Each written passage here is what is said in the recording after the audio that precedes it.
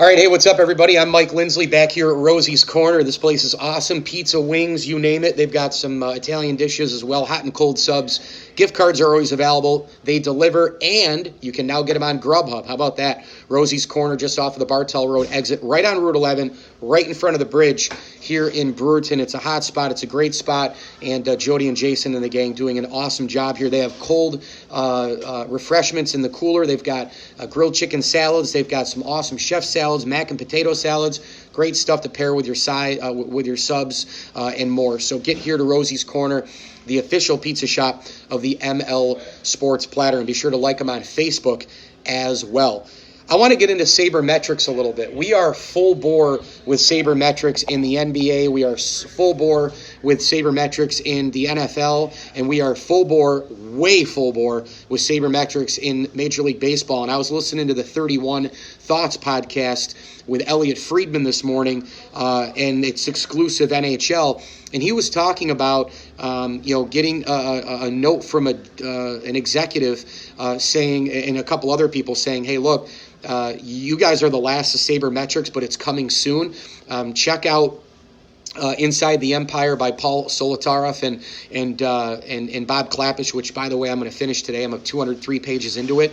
I got about 15 pages to go.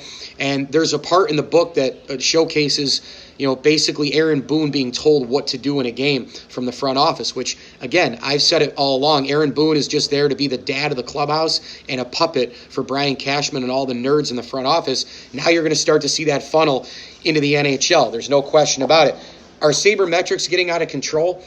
I think they are a little bit. I really do. I don't think it's as out of control in the NBA or in the NFL, and it's still new to the NHL. But Major League Baseball, it's getting absolutely positively out of control. I don't know what the heck we're going to do next in terms of the sabermetrics. When you think about the feel of the game, there's not really getting a little bit of a glare there. Sorry, I'm just going to go with the straight up blue wall background. There's just too much there. There's too much launch angle, spin rate. There's too much talking about a guy in his WAR and this stat and that stat. And I mean, come on, man. Like, at some point, there has to be a little bit more of a human element to this thing, right? I mean, there has to be something with this that gives. You got to be able to go halfway. I understand sabermetrics. I think there is a nice place for them in sports. I've interviewed a bunch of people who know sabermetrics like the back of their hand. I've interviewed Keith Law, who used to be in the Blue Jays front office, who wrote Smart Baseball, the great book on sabermetrics. I've read Smart Baseball by I've read Smart Baseball by Travis Sawchuk, actually, or Smart Baseball by Keith Law, and then the baseball book that is not coming to mind right now by Travis Sawchuk, Big Something Baseball, I believe it is. But it's on the Pittsburgh Pirates from like 6 years ago, when they basically remodeled their franchise around sabermetrics. They couldn't spend $200 million like the Yankees, $200 million plus like the Dodgers or the Red Sox. They went ahead with sabermetrics. They created the shift. They grabbed A.J. Burnett. They grabbed Francisco Liriano. They grabbed a framer behind the plate in Russell Martin. They grabbed some other guys with, some sabermetric idealistic sabermetric numbers that would be able to help the team, and poof, voila, the Pirates go to the postseason. Now, they weren't built for the long term. They weren't built for the postseason. There were still a lot of holes there, but this team was looking to at least get back to the postseason, and at least challenge for a playoff spot regularly. So them doing that, making that change allowed them to make the postseason. It allowed them to win more. It allowed them to sell more tickets at the gate and all the rest. So I applaud the Pirates for that. But at the end of the day, it didn't work out long term. They ended up really, really shitting the bed just a couple years after that. They ended up having a couple of fire sales. They end up getting rid of Andrew McCutchen. They don't keep Garrett Cole. And now the Pirates are back into rebuild mode and trying to just stay above water and be a 500 team. If they're a 500 team this year, that's going to be a really good year for them. So, but the sabermetric thing is out of control. It's gotten to the point for the Yankees, for example, that in their front office, they got a bunch of nerds working with and under Brian Cashman. They have their own analytics department times 10. It's analytics on steroids, to the point where they've actually signed guys because of sabermetrics to big-time deals. Aaron Hicks can't stay on the field. Aaron Hicks is one of the most overrated players in baseball, but the Yankees won't tell you that because he's got a great launch angle. He's got a great WAR. He's got great defensive sabermetrics. Give me a friggin' break. This guy is super overrated. He can't stay on the field. He's a boomer bust player, strikes out in the clutch all the time. I don't want him anywhere near the roster, and yet the Yankees just gave him 7 years and $70 million. He's still on the DL right now with a back issue for the Yanks, and to me, he doesn't really bring as much as a lot of other people would. They've brought back a lot of people with sabermetric ideals. They brought in DJ LeMahieu, who, again, right now he's a godsend because of all the injuries. He's going to play a lot of third base without Miguel Andujar. He can play short. He can play second base and all the rest. But they gave him a 2-year deal at $24 million straight up, because he's a sabermetric guy. Now, the only positive with DJ LeMahieu is that he's going to be able to put the ball in play, which is something the Yankees severely, severely lack. But if you go all around baseball, it doesn't matter if it's the Yankees. The Astros have done it with Jeff Luhnow. There's heavy sabermetrics with the Cubs, with the Dodgers, and all the rest.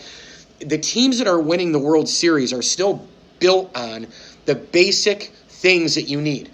In no particular order, you got to hit in the clutch, you got to be deep, you got to be versatile, you got to be build up the middle, you got to have an ace, you got to have starting pitching, depth, and then you've got to have bullpen. You got to have a bullpen.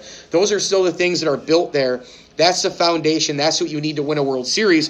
Boston does do some sabermetrics. They are a little analytical, but what did they do last year better than the Yankees? What did they do last year better than the Astros? What did they do better than the Dodgers in the World Series? Situational baseball, fundamental baseball, putting the ball in play. J.D. Martinez, he could hit balls in the gap where Giancarlo Stanton couldn't get anybody home unless he hit a friggin' home run. You look at Mookie Betts, way more of an all-around baseball player than several of the New York Yankees. They had much more starting pitching between Chris Sale, David Price, Nate Eovaldi, and Porcello. They had more starting pitching than the Yankees, which then allowed their bullpen to kind of scale back a little bit. Look, you can have an amazing bullpen, but if you don't have starting pitching, especially in the postseason, you're going to tax the bullpen. The problem was that the Yankees also didn't even use the bullpen, and Aaron Boone didn't go to it early enough in games 3 and 4 against Boston. Sabathia and Severino on their hill, they're getting knocked around like piñatas. When he goes to the bullpen, he goes with Lance Lynn. It was a total shit show from the beginning. The bottom line is you've got to have a situation in baseball where you pull back a little bit. In my opinion, you use some analytics, but then on the other side of it, you got to use common sense. You've got to use your foundation.